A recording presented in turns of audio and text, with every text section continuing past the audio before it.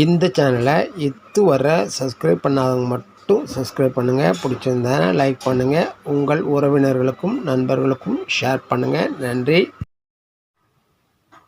வணக்கம்.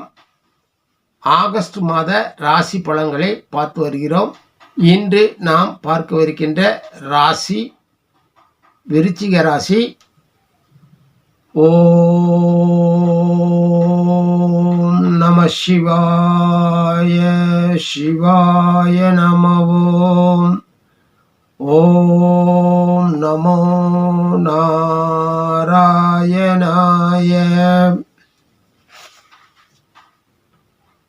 செவ்வாயை ராசிநாதனாகவும் விசாகம் 4ஆம் பாதம் அனுசம் கேட்டை 4 பாதங்களையும் கொண்ட விருச்சிக ராசி அன்பர்களே, இந்த மாதம் உங்கள் ராசிநாதன் செவ்வாய் 7ஆம் இடத்தில் குருவுடன் சேர்ந்து பின்பு 8ஆம் இடத்திலும் இடப்பெயர்ச்சியாக இருக்கிறார். இந்த மாதம் கேதுவும் சந்திரனும் சூரியன் சுக்கிரனும் குரு ஆகிய கிரகங்கள் நன்மை செய்யும் நிலையில் அமர்ந்திருக்கிறார்கள். சுக்கிரன் செவ்வாய் புதன் சூரியன் ஆகிய கிரகங்கள் இடப்பெயர்ச்சியாக இருக்கிறார்கள். எப்பொழுதும் உங்கள் நேர்மையில் நம்பிக்கை வைத்திருக்கும் உங்களுக்கு இந்த மாதம் வரவுக்கேற்ற செலவுகள் உண்டாகும்.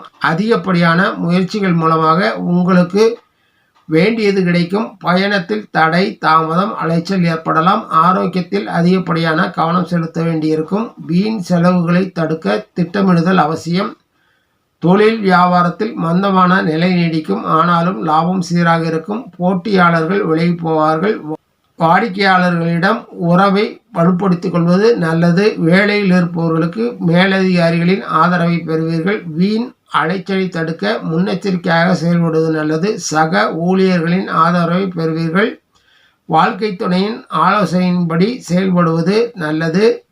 இல்லாவிட்டால் வீண் குழப்பங்கள் உண்டாகும். தேவையற்ற விவாதங்கள் தவிர்ப்பது நல்லது. பிள்ளைகளின் செயல்பாட்டில் குறுக்கிடாமல் அவர்கள் செல்லும் பாதையில் விட்டுவிடுவது நல்லது. விரும்பிய காரியங்களை செய்து முடிப்பீர்கள். உடல் ஆரோக்கியத்தில் அதிக கவனம் செலுத்துங்கள். மாணவர்கள் கல்வி கற்கும் திறனை அதிகப்படுத்திக் கொள்வது எதிர்காலத்திற்கு உதவியாக இருக்கும். கலைத்துறையில் இருப்பவர்கள் திடீர் போட்டியை சந்திக்கலாம்.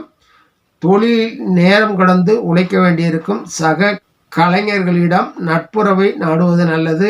வீண் வார்த்தைகளை தவிர்ப்பது நல்லது. அரசியல்வாதிகள் அதிக உழைப்பை கொடுத்து உடல் மனம் சோர்வடையலாம். இந்த மாதம் குடும்பத்தில் இருந்த சண்டைகள் நீங்கும். கணவன் மனைவியிடையே புரிதல் அதிகரிக்கும். பிள்ளைகள் பெருமை சேர்ப்பார்கள். தாய் வழி உறவினர் மூலமாக நன்மைகளை பெறுவீர்கள். ஆன்மீக எண்ணம் அதிகரிக்கும். தேவையான பண உதவிகள் கிடைக்கும். இந்த மாதம் அதிகப்படியான பொருளாதாரத்தை கையாள வேண்டியிருக்கும். தெளிவான முடிவுகளை எடுக்க முடியாமல் குழப்பம் ஏற்பட்டு பின்பு தெளிவு ஏற்படும். இந்த மாதம் சிவபெருமானை வணங்கி அவர் நல்லாசியை பெற்று நன்மைகளை மேலோக்கிக் கொள்ளுங்கள். நன்றி, வணக்கம். மீண்டும் சந்திப்போம்.